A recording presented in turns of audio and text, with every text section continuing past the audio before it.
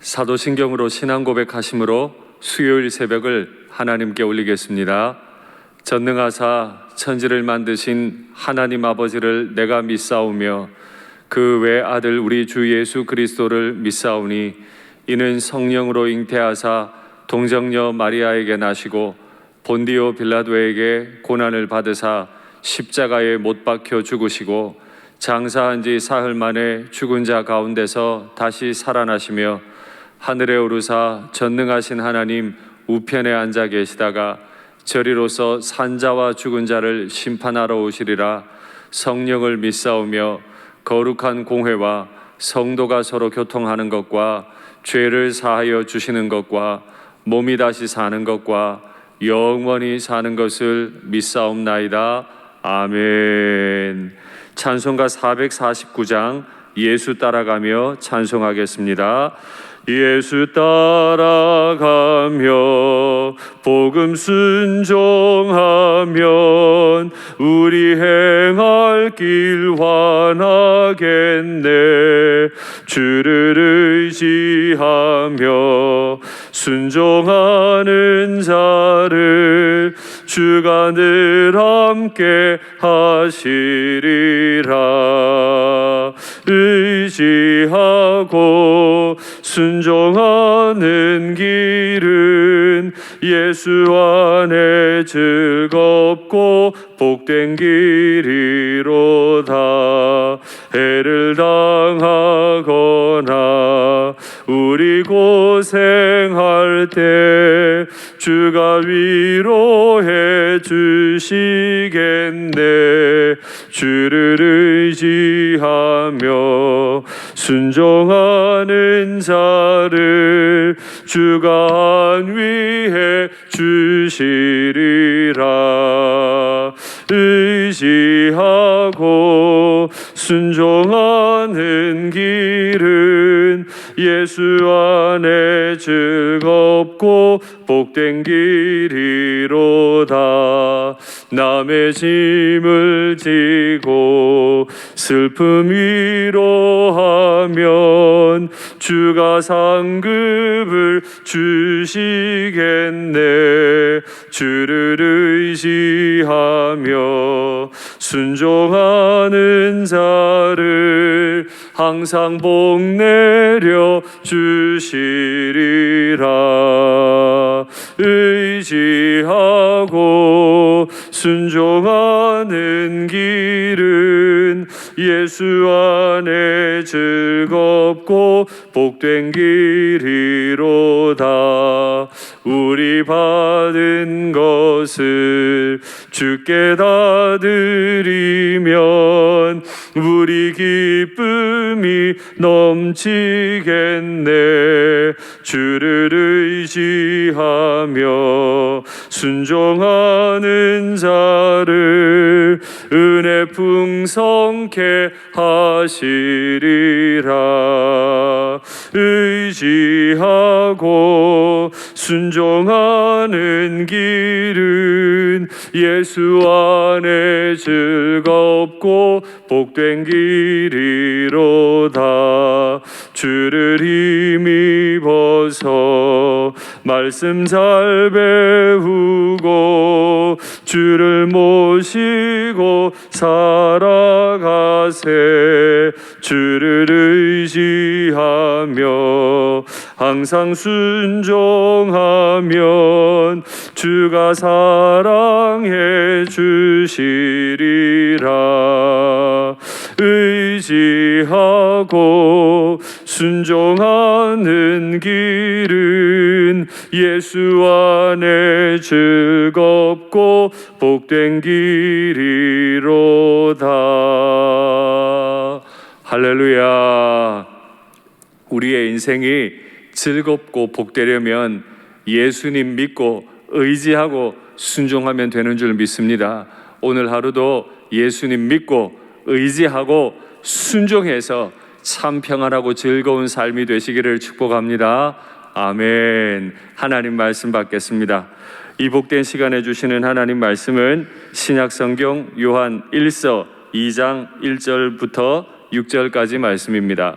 요한 1서 2장 1절부터 6절 신약 388면에 있습니다. 말씀의 제목은 말씀을 지킴으로 사귐입니다. 요한 1서 2장 1절부터 6절 제가 봉독하겠습니다. 나의 자녀들아, 내가 이것을 너희에게 쓰면 너희로 죄를 범하지 않게 하려 함이라. 만일 누가 죄를 범하여도 아버지 앞에서 우리에게 대언자가 있으니 곧 의로우신 예수 그리스도시라. 그는 우리 죄를 위한 화목제물이니 우리만 위할 뿐 아니라 온 세상의 죄를 위하심이라. 우리가 그의 계명을 지키면 이로써 우리가 그를 아는 줄로 알 것이요, 그를 아노라 하고 그의 계명을 지키지 아니하는 자는 거짓말하는 자요, 진리가 그 속에 있지 아니하되 누구든지 그의 말씀을 지키는 자는 하나님의 사랑이 참으로 그 속에서 온전하게 되었나니 이로써 우리가 그의 안에 있는 줄을 아노라.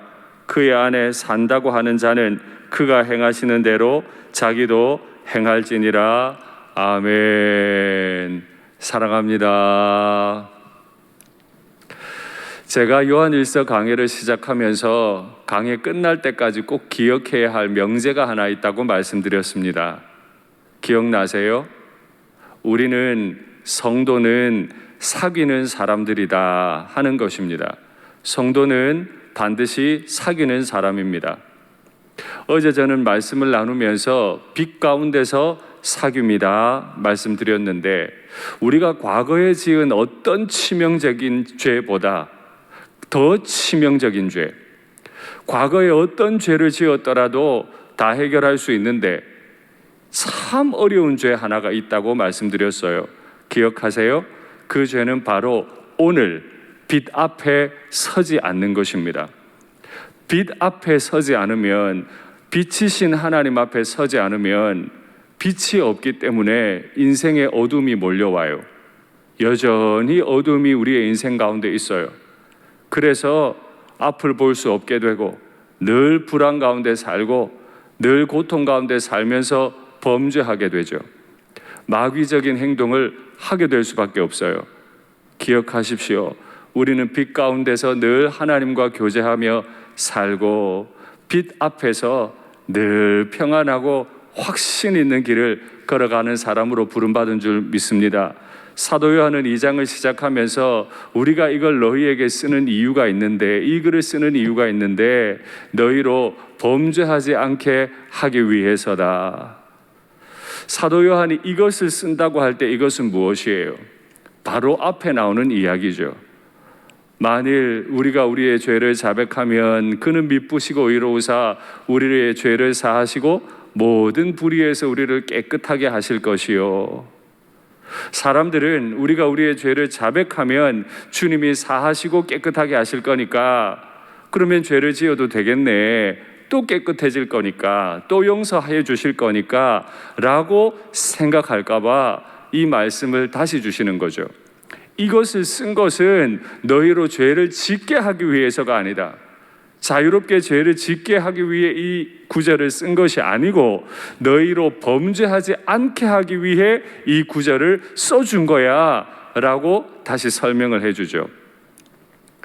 만일 우리가 우리 죄를 자백하면 미쁘신 하나님께서 우리의 죄를 사하시고 깨끗하게 해주실 것이라는 이 말씀이 어떻게 우리에게 범죄하지 않도록 작용하게 될까요? 복음의 본질을 알면 죄를 지을 수가 없게 돼요. 아내의 사랑을 알면, 남편의 사랑을 알면 남편과 아내를 아프게 하는 일을 할 수 없게 되듯이, 우리를 무한히 사랑하시고 우리의 죄를, 그 극악무도한 죄를 자백만 하면 용서하시고 깨끗게 하시는 그 하나님의 사랑을 경험하고 나면 다시는 죄 짓고 싶은 마음이 안 생겨져요. 죄를 미워하게 되죠. 뿐만 아니죠. 누구든지 죄를 범하였더라도 우리 앞에 우리를 위해 대언하는 대언자가 계시니 의로우신 자 그리스도 예수시니라. 우리가 죄를 지었더라도 우리를 위한 대언자가 계시대요. 대언자라는 말은 곧 보혜사라는 뜻이잖아요.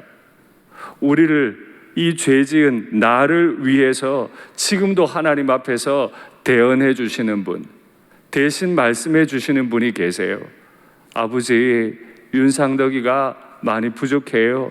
많이 모자라요. 그래도 그 사람이 내 앞에 죄를 자백하고 있어요. 그러니 그의 죄를 용서하시고 죄를 이길 힘을 좀 주세요. 라고 예수님께서 보혜사 역할을 하시게 되는 거죠. 우리가 그 사랑을 알게 되기 때문에 죄를 지을 수 없게 돼요. 죄를 짓더라도 정말 금방 다시 깨닫고 고백하게 되는 거죠. 그리고 그 예수님께서는 우리에게 화목제물이 되어주신다. 우리만이 아니라 세상 모든 사람들을 위해 화목제물이 되어주신다. 예수님께서 이 모자라는 사람과 하나님이 사귈 수 있도록 그분이 당신의 피를 흘려 화목하게 하시는 화목제물이 되어주셨다는 사실을 우리가 깨닫게 되면 무서워서 죄를 못 지어요. 예수님의 피 흘리신 그 생각 때문에 함부로 말하거나 함부로 생각할 수 없게 되죠. 그래서 다시 말씀드려요.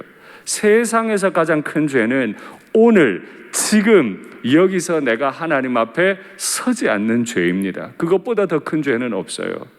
그분 앞에 서기만 하면 날 위해 대언하시는 분의 사랑을 느끼고, 그분 앞에 서기만 하면 나를 위해 화목제물이 되어주신 그분을 알게 되는 줄 믿습니다. 우리가 그를 사랑하노라 말할 것이라면 우리는 그의 계명을 지키는 거예요. 우리가 그를 알기 때문에 그의 계명을 지켜요. 여기서 우리가 한 가지 기억해야 할 중요한 사실이 있죠. 우리가 흔히 인격적인 신앙을 갖게 하옵소서, 인격적인 신앙을 갖게 하옵소서 이렇게 기도하죠. 인격적인 신앙이 뭔가요? 그 용어는 참 애매한데 오늘 구절을 살펴보면 인격적인 신앙이라고 하는 건 우리가 그분을 아는 거예요. 나 대신 죽어주시고 지금도 날 위해 옆에서 대언해 주시고 화목제물이 되어주신 그 하나님의 은혜, 예수님의 은혜를 알고 그분이 원하시는 뜻을 그대로 지키는 것, 그게 인격적인 신앙이죠. 감정에 북받치지 않아도 괜찮아요. 대단한 헌신을 하는 것처럼 보이지 않아도 돼요. 그분이 어떤 분이신지 알고 그 은혜가 얼마나 큰지 알고 믿고 또 그분의 뜻을 알아 그대로 순종하는 삶인 줄 믿습니다. 만일 우리가 그분을 안다 하고 계명을 지키지 않으면 그는 거짓말하는 자요 그의 안에 거하는 자가 아니라, 우리의 삶은 반드시 우리가 그의 계명을 지킴으로 일어나는 거죠. 남편이 아내를 사랑하면, 아내가 남편을 사랑하면 그의 말을 듣고 지키려 하듯이 우리가 정말 하나님을 아는 사람이라면 그는 삶으로 보여줘요. 어떻게 보여줘요? 헌금을 많이 할 수도 있겠습니다. 많이 전도할 수도 있겠습니다. 교회 일에 막 열심을 낼 수도 있겠어요. 그건 부차적이에요. 내가 정말 예수님을 알고 예수님을 사랑하면 가장 먼저 나타나는 것, 그분이 오늘 내게 주신 작은 계명 하나를 계속 지켜나가는 것인 줄 믿습니다. 우리가 그분을 사랑하면 그의 계명을 지킬 뿐 아니라 그가 행하신 것을 우리도 행하게 된다. 요한은 예수님을 아는 사람들이 어디까지 갈 수 있는지를 설명하기를 그가 행하신 것을 우리도 행하게 될 것이다. 반드시 그렇게 해야만 한다. 이게 예수님께서 죽은 자를 살리시듯 우리도 능력 가지고 살린다는 말인가요? 아니죠. 그가 행하신 것이 뭐예요? 오늘 본문 앞부분에서 말이 나왔잖아요. 그는 하나님 옆에서 우리를 위한 대언자가 되어주시고 우리만 아니라 모든 사람들을 위해 화목제물이 되어주셨는데, 우리가 그를 안다고 하면, 우리가 정말 예수님을 안다고 하면 그분이 행하신 일, 하나님 옆에서 나를 위해 기도하신 것처럼 나 또한 나의 형제들을 위해 그분처럼 기도하는 것이죠. 믿음의 사람들에게 나타나는 특징은 나만을 위해 철야기도 하고 금식기도 하는 것이 아니라 고통당하는 이웃들을 위해서, 사랑하는 지체들을 위해서 예수님처럼 그분을 위해 기도하는 삶으로 나타나는 거죠. 그러니까 기도의 제목을 보면 그가 예수님을 아는지 잘 모르는지를 알 수 있죠. 예수님께서 우리를 위해 행하신 일은 또한 우리를 위해 화목제물이 되어주신 거니까, 정말 예수님을 아는 사람은 어떤 한 사람과 하나님을 사귀게 만들기 위해 내가 제물이 되는 것으로 헌신하는 모습을 보여주는 거예요. 내가 원하는 일을 목소리 높이 하는 것이 주님 사랑하는 것이 아니라, 이 사람이 하나님과 가까워질 수 있도록, 하나님과 사귀일 수 있도록, 하나님을 사랑할 수 있도록 그와 하나님 사이에 희생제물이, 화목제물이 되어주는 것인 줄 믿습니다. 말씀을 맺겠습니다. 성도는 하나님과 사귀는 사람이고, 또한 성도는 사도적 교제를 나누는 사람이라고 했습니다. 우리의 삶이 정말 예수님을 아는 삶이라면 우리의 죄를 자백할 뿐 아니라 죄를 두려워해서 하나님 앞에서 우리의 죄를 멈추는 것이고, 하나님의 은혜를 알려고 더 애쓰는 삶이고, 그 뜻을 순종하려는 삶이고, 무엇보다 예수님이 나에게 그렇게 행하신 것처럼 나 또한 사랑하는 이들을 위해 기도해주고, 사랑하는 이들을 위해 화목제물로 쓰임받는 것인 줄 믿습니다. 오늘도 우리 모두가 서로에게 그렇게 쓰임받고, 특별히 일터에서 화목제물로 쓰임받게 되기를 간절히 바랍니다. 기도하시죠. 사랑의 하나님 아버지, 나 대신 대언하여 주시고 나 대신 화목제물 되어주신 예수님의 은혜를 더 많이 알기를 원합니다. 내가 주님을 더 알아야 주의 계명을 실천할 수 있을 듯하오니 주여 알게 하여 주시옵소서. 내 의지가 연약해서 자꾸 무너지니 주여 십자가 사랑을, 그 은혜를 알게 하여 주시옵소서. 진리가 내 안에 있고 내가 그분을 안다고 말로 할 것이 아니라 실제로 기도하게 하시고 화목제물로 쓰임받게 하여 주시옵소서. 내가 나의 아내를 위해, 내가 나의 남편을 위해 화목제물로 쓰임받게 하여 주시옵소서. 내가 일터에서 동료들을 위해 기도하게 하시고 동료들을 위한 화목제물로 쓰임받도록 주여 도와주시옵소서. 주여, 이번 주에 초등부, 여름, 겨울 성경학교가 진행이 됩니다. 유년부에도 은혜 베푸신 하나님이 초등부, 겨울 성경학교 잘 준비되게 하시고 아이들이 하나님을 경험할 수 있도록 주여 은혜를 부어 주시옵소서. 주 예수님 이름으로 기도하옵나이다. 아멘.